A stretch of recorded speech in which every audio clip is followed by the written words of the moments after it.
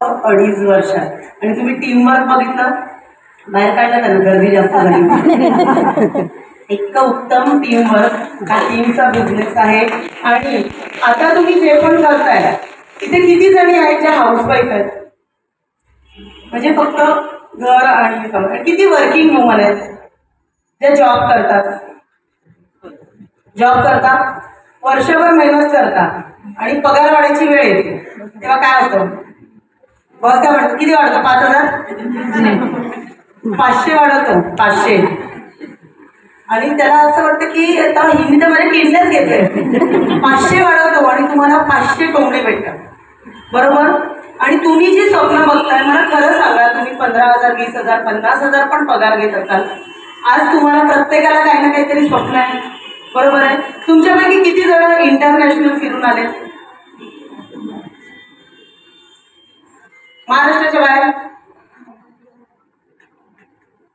बाहेर तुमचं स्वप्न असतील ना, काहीतरी मोठं घर पाहिजे, गाडी पाहिजे, हे पाहिजे. मला खरं सांगा, तुम्ही आता जे पेमेंट घेताय किंवा आता जो पैसा घरात येतोय त्यातून तुमचं स्वप्न पूर्ण होऊ शकतं का? तुम्ही कॅल्क्युलेशन लावताय, तुम्ही फक्त काय बोलता, आम्हाला पण गाडी घ्यायची आहे, आम्हाला पण घर घ्यायचं आहे, आम्हाला पण मोठं घर घ्यायचं आहे. पण आज योगेश्वरी जर घर घ्यायचं म्हटलं 50-60 लाखाचं, अगदी 40 लाखाचं, अगदी 40 गेलं तरी मला वाटतं 60-70 लाखाच्या खाली घर नाही. 70 लाखाचं घर घ्यायला 5-6 लाखाचं तरी डाऊन पेमेंट करायला लागेल, बरं. भविष्यात येणारा लोन.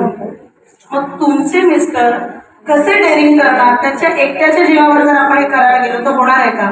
मग आपण एवढे शिकलोय, आपण काही ना काही केलंय, तर आपण हातभार लावू शकतो की नाही? जिथे प्रत्येक ठिकाणी आपण बोलतो की स्त्रियांना समान वागणूक दिली पाहिजे, मग या बाबतीत का नाही? आज तुम्ही बघितलं तर बऱ्याचशा जेंट्सना वयाच्या आधी बीपी, डायबिटीसचे त्रास आहेत की नाही?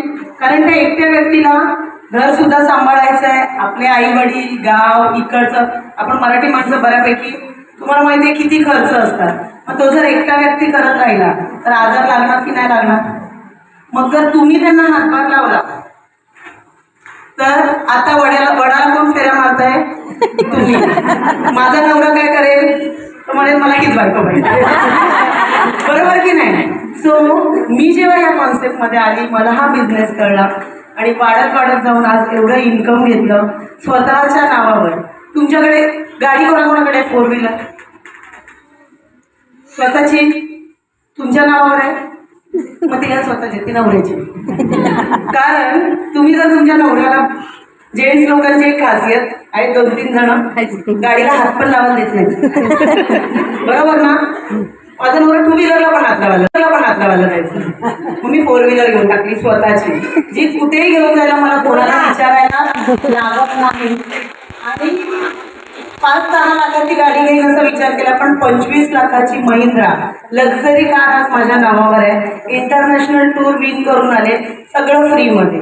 VR मोड असा जबरदस्त प्लॅटफॉर्म आहे की यांनी 2.5 वर्षात 12 लाखापेक्षा जास्त इन्कम 2000 टीम केलेली आहे. आणि मगाशी जरा घाई झाली त्यांची, त्यांनी सांगितलं 3,000ची टीम आहे, माझी टीम 30,000ची आहे. ओके, सो खूप मस्त ऑल ओव्हर आम्ही काम करतोय, ऑल ओव्हर इंडिया काम चालू आहे. आणि अशीच सुवर्ण संधी जशी आमच्या आयुष्यात आली तशीच तुमच्या आयुष्यात आलेली आहे. 3,150 ही जॉईनिंग अमाऊंट आहे जी मॅडमने बिझनेसमध्ये सांगितली आहे. पण या 3,150च्या बदल्यात मी 3 वर्षात 1 करोडपेक्षा जास्त कमवले. मी एकटीनेच नाही कमवले, तर मॅडम सुद्धा 58व्या वर्षी आज या सगळ्या टीमच्या लिडर आहेत. आज त्यांनी स्वतःची गाडी घेतली आहे आणि आज मला प्राऊड वाटतं की मी माझी गाडी घेऊन आले, तर मॅडम मला मी घेऊन त्यांना कौतुक होतं, आज मी त्यांच्या गाडीतून बसून आले.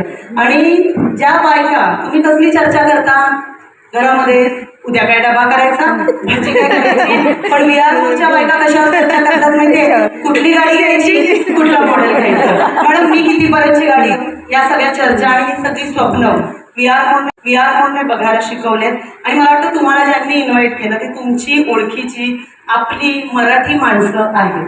सो आम्ही तुम्हाला विश्वास देतो की तुम्ही या कंपनीमध्ये आल्यानंतर तुम्हाला 3,150 दिल्यानंतर ॲटलिस्ट महिन्याला तुम्ही 3 ते 5,000 10,000 कमवायला सुरुवात कराल, ही आमची गॅरंटी आहे. बाकी त्याच्या पुढे अजून शिकून पुढे जाऊन चांगला लीडर बनून मोठी टीम बनवून लाखो करोडो रुपये घेण्याची सुद्धा संधी इथे तुम्हाला आहे आणि त्याच्यासाठी सपोर्ट करायला आम्ही सगळे लीडर्स तुम्हाला आहोत. तर ज्यांना ज्यांना असं वाटतं की माझ्या आयुष्यात हा एक बदल मला करायचा आहे तर तुम्ही नक्की आमच्या टीममध्ये सहभाग घेऊ शकता आणि तुमची नोंदणी इथे करू शकता. येस. अजून कोणाला काही प्रश्न विचारायचा आहे तर मला तुम्ही आता सांगा, आत्ता बघितलेल्या गोष्टींमध्ये तुम्हाला सगळ्यात जास्त काय आवडलं, बिझनेस प्लॅनमध्ये काय आवडलं सांगा.